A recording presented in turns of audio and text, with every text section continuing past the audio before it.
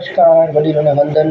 હાલમાં આપણે વાત કરી રહ્યા છીએ લાંબા સમયના વેકેશનના વિરામ બાદ શરૂ થઈ રહેલા શાળાના સત્ર વિશે. તો ટૂંક સમયમાં જ શાળાના નવા સત્રો પ્રારંભ થવા જઈ રહ્યા છે. તેવામાં દરેક માતા પિતાનું સપનું હોય છે કે પોતાનું બાળક, પુત્ર હોય કે પુત્રી, તે ઉપલબ્ધિઓ પ્રાપ્ત કરે અને એક સારી એવી વ્યક્તિત્વ ધરાવે. શિક્ષણ છે તો સર્વસ્વ છે. શિક્ષણ ઘડતરનો પાયો છે. શિક્ષણ ભણતરનો પાયો છે. શિક્ષણ આપણા માટે થઈને તે સર્વે મનોકામના છે જે તમે પૂર્ણ કરી શકશો. તમારા માતા પિતા સાથે તમે પોતે પણ જે સપના પૂરા કરવાના છે તમારે, તે સપના તમે શિક્ષણના આધારે જ પૂરા કરી શકશો. એટલે શિક્ષણ પ્રત્યે ખૂબ કેન્દ્રિત રહો. ખૂબ માન સન્માન સાથે શિક્ષણને આગળ વધારો. ખૂબ ભણો, ખૂબ વધો, ખૂબ પ્રગતિ કરો. અને જો સ્પીડ બ્રેકર કોઈ આવે તમારા જીવનમાં સ્કૂલના, તો એને સમય આપો. સમય જતાં સ્પીડ બ્રેકર જે છે તે પણ હવે નીકળી જશે. તમે ઘણી એવી ઉપલબ્ધિ હાંસિલ કરો. શાળાના જે શિક્ષકો છે, વડીલો છે, તેઓનો પણ ખૂબ ખૂબ આભાર.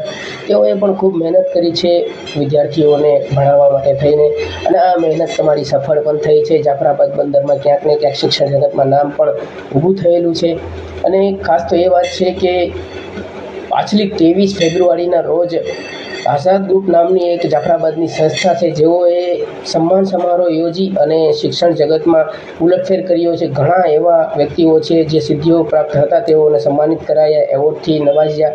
અને ત્યારબાદ ઘણું એવું વર્ચસ્વ સ્થાપિત થઈ ગયું છે કે બાળકોમાં, વિદ્યાર્થીઓમાં નવો ક્રેઝ આવેલો છે, નવી ઉત્પત્તિ આવેલી છે, ભણવા પ્રત્યે ખૂબ લાગણી આવેલી છે. એટલે આપણા જે વિદ્યાર્થી વર્ગ છે તેમને શુભકામના પણ પાઠવું છું, કારણ કે ખૂબ મહેનત કરો છો અને આગળનું ભણતર ભવિષ્ય તમે તમારી રીતથી પસાર કરો તેવી શુભકામના. અને નવું જીવન સ્થાપિત કરો, નવી નોકરી સ્થાપિત કરો. અને ખાસ જાફરાબાદ આપણું જે બંદર છે ત્યાં આજીવિકાનું નવું સાધન ઊભું કરો. તે માટે થઈને હું તમને શુભકામના આપી રહ્યો છું. ખૂબ ભણો, ખૂબ વધો, તમારા માતા પિતાનું નામ ઉજ્જવળ બનાવો, તમારું ભવિષ્ય ઉજ્જવળ બનાવો. અને આ સિવાયના મુદ્દા અમુક મેં મોબાઈલમાં લખાણ સાથે જોડેલા છે. ઘણી વાત એવી છે કે ઘણા એવા મુદ્દા મારાથી પણ ભૂલાઈ ગયેલા છે, તેમની સાથે હું પહોંચી નથી શક્યો.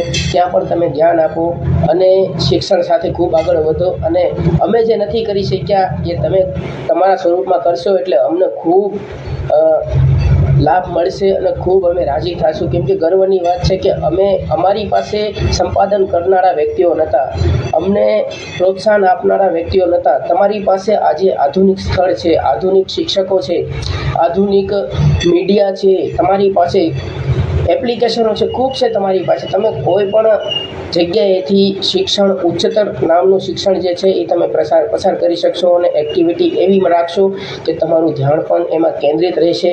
અને આપણા જે યુવાનો છે મધ્યમ વર્ગના, તેઓને ખૂબ ખૂબ શુભકામના પાઠવું છું, કારણ કે તેઓએ ખૂબ મહેનત કરી છે. આર્થિક સ્થિતિ નબળી હોવા છતાં પણ તેઓએ સમય આપ્યો છે શિક્ષણને. અને મને લાગી રહ્યું છે કે જાફરાબાદ બંદરમાં એક દિવસ એવા વિદ્યાર્થીઓનું નામ થશે જે ખૂબ ભણવામાં ઉજ્જવળ હશે. આટલું કહીને વિનવું છું. જય ભારત, જય હિન્દ.